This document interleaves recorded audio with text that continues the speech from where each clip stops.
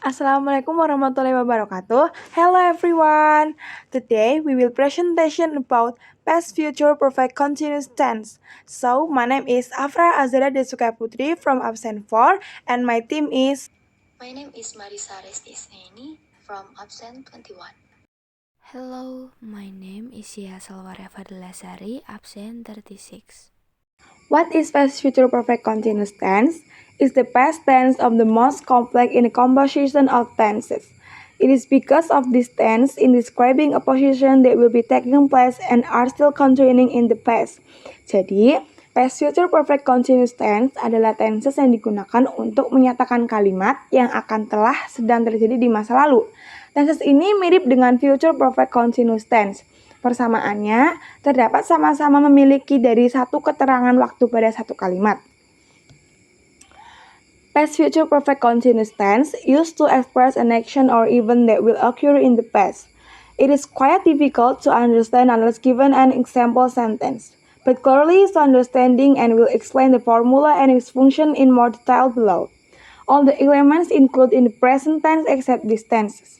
Rarely, people using this tense, however, it is possible we will get this sentence either in conversation or writing, and it will not hurt as well if we know it. Jadi, kesimpulannya adalah past perfect continuous tense digunakan untuk menceritakan sebuah kejadian atau aksi yang dimulai di masa lalu, terjadi di masa lalu dan juga selesai dalam periode waktu masa lalu.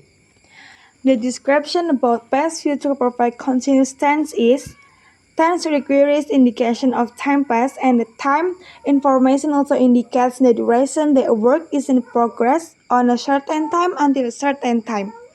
Time information using the duration is for during and yesterday, as last plus time, yesterday, at the time, and so forth.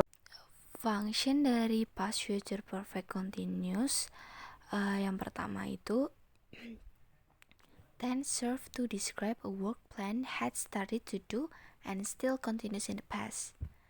Contohnya, she would have been waiting for me for 3 hours at 10 p.m. yesterday, but she had gone at 9 p.m. Contoh kedua, they would have been working for me for 10 years by the end of last year, but unfortunately, they have passed away 2 years ago. Function yang kedua, same with one function of past future perfect. Tense can be used to create a conditional sentence type 3, although in practice it is rarely used. Jadi, fungsi dari past future perfect continuous tense itu bisa menyatakan akan seberapa lama suatu peristiwa sudah sedang terjadi di masa lampau. Lalu, bisa juga menunjukkan kejadian yang akan sedang berlangsung, tetapi sudah terjadi di masa lampau. Lalu ada 4 characteristic tense elements needed to make past future perfect continuous tense. If the conclusion then is the second form of the will would, infinitive form of have is have, the third form verb 3, then to be is that the formula has been essentially becomes subject plus should or would plus have plus been plus verb ing. Jadi formulanya yang pertama, the first is the past, verb to. Yang kedua, future, shall or will plus infinitive. Yang ketiga, perfect, have verb 3. Yang keempat, continuous, to be, verb ing. Lalu yang selanjutnya yaitu struktur pada past future perfect continuous tense. Untuk yang pertama pada kalimat positif, rumusnya yaitu subject plus sold or would plus have plus been plus verb ing or present participle plus complement. Yang kedua, untuk kalimat negatif, rumusnya yaitu subject plus sold or would plus not plus have plus been plus verb ing or present participle plus complement. Yang ketiga yaitu pada kalimat interrogative atau kalimat tanya. Rumusnya yaitu sold or would plus subject plus have plus been plus verb ing or present participle plus complement. Dan untuk yang terakhir yaitu pada kalimat negatif interrogatif atau kalimat tanya yang bersifat negatif. Rumusnya yaitu sold or would plus subject plus not plus have plus been plus verb ing or present participle plus complement. Would have been pada past future perfect continuous tense itu merupakan auxiliary, jadi bentuknya akan tetap would have been, tidak akan dipengaruhi oleh subjek. Baik itu subjeknya singular maupun plural, rumusnya akan tetap sama, yaitu would or sold have been plus verb ing. Hanya penempatan subjek dan auxiliary pertama saja yang berubah, tergantung dengan jenis kalimatnya. Untuk lebih jelasnya, bisa perhatikan contoh kalimat berikut. I would have been working in leading companies for 5 years. Yang artinya, aku akan sudah bekerja di perusahaan ternama selama 5 tahun. Itu berarti aku berasumsi bahwa dia akan dan sudah bekerja di perusahaan hingga saat ini selama 5 tahun.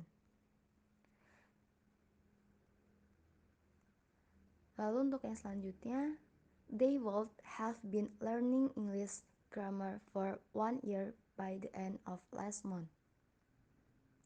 Artinya, mereka akan telah belajar grammar bahasa Inggris selama 1 tahun pada akhir bulan lalu.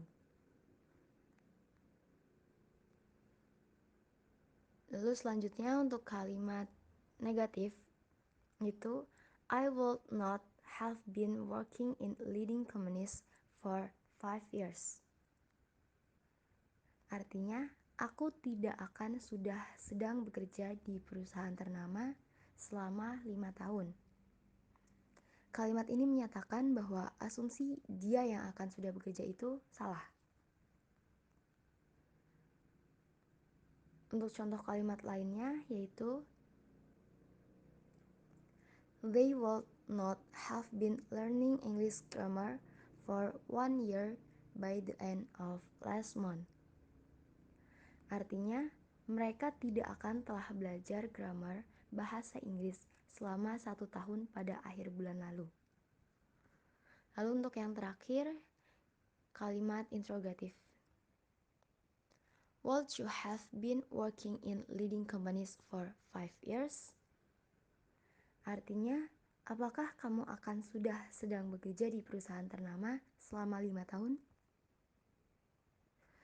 Kalimat tanya ini bertanya apakah, seperti menanyakan apakah benar asumsi ini terjadi. Untuk contoh kalimat tanya yang lain yaitu would they have been learning English grammar for 1 year by the end of last month? Artinya, apakah mereka akan telah belajar grammar bahasa Inggris selama 1 tahun pada akhir bulan yang lalu?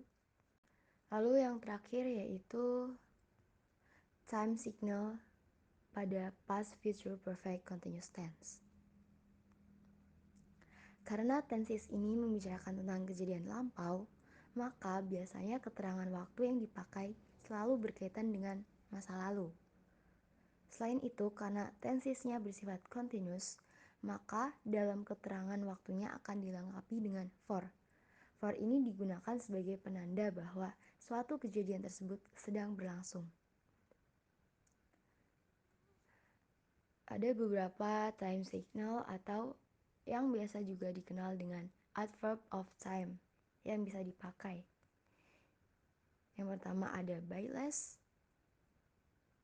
kedua by last week, ketiga by last month, or by last year, dan yang terakhir by end of. Penggunaan by end of ini bisa dengan by the end of this day ataupun by the end of this month. Ada quiz time, jangan lupa dikerjakan.